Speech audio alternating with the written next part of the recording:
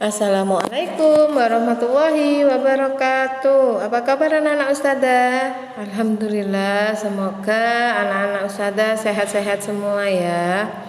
Hari ini Ustazah akan melanjutkan pembelajaran kita di tema 5 dengan muatan IPA.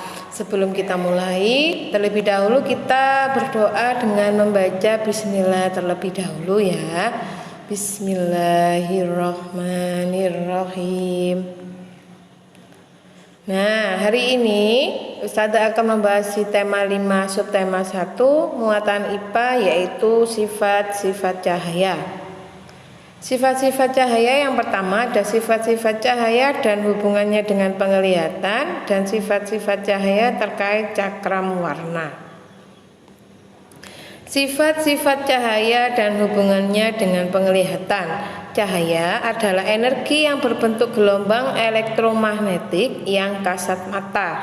Cahaya yang mengenai benda akan dipantulkan sehingga kita bisa melihat benda tersebut. Oleh karena itu, kita memerlukan cahaya untuk melihat. Jadi kalian bisa melihat karena memang ada cahaya ya yang berbentuk gelombang elektromagnetik yang kasat mata sehingga kalian bisa melihat. Cahaya berguna untuk membantu manusia melihat benda-benda sekitar, membedakan warna dan melakukan kegiatan sehari-hari. Sifat-sifat cahaya untuk merambat lurus, dapat menembus benda-benda bening, dapat dipantulkan dan dapat dipisahkan atau dibelokkan. Nah, sekarang kita lihat percobaan dari sifat-sifat cahaya. Yang pertama adalah merambat lurus. Kamu dapat melakukan percobaan menggunakan 3 karton yang dilubangi dan diletakkan sejajar. Saat lubang sejajar, kamu dapat melihat cahaya lilin. Saat karton tersebut digeser dan tidak sejajar, kamu tidak dapat cahaya lilin.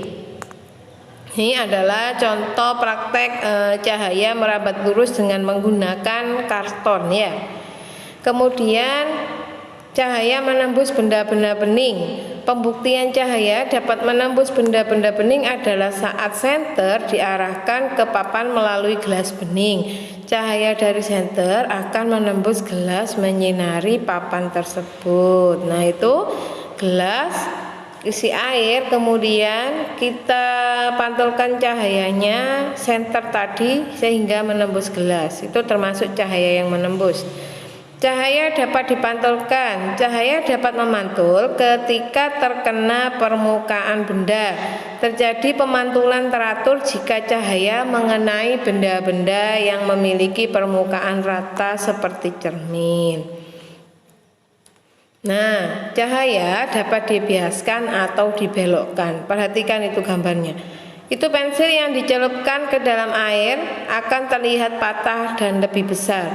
Jadi kalau kalian masukkan sebuah pensil atau ballpoint ke dalam air, maka bayangannya akan seperti pensil yang patah. Penguraian cahaya. Saat terurai, cahaya menghasilkan berbagai macam warna, yaitu merah, jingga, kuning, hijau, biru, nila, dan ungu. Contoh penguraian cahaya dapat kita lihat di kehidupan sehari-hari adalah pelangi. Jadi kalau pelangi itu kan banyak sekali warna-warnanya, itu termasuk penguraian cahaya. Nah, pelangi terjadi karena cahaya matahari mengenai titik-titik air yang ada di udara. Lalu cahaya tersebut terpantul dan terurai menjadi berbagai warna.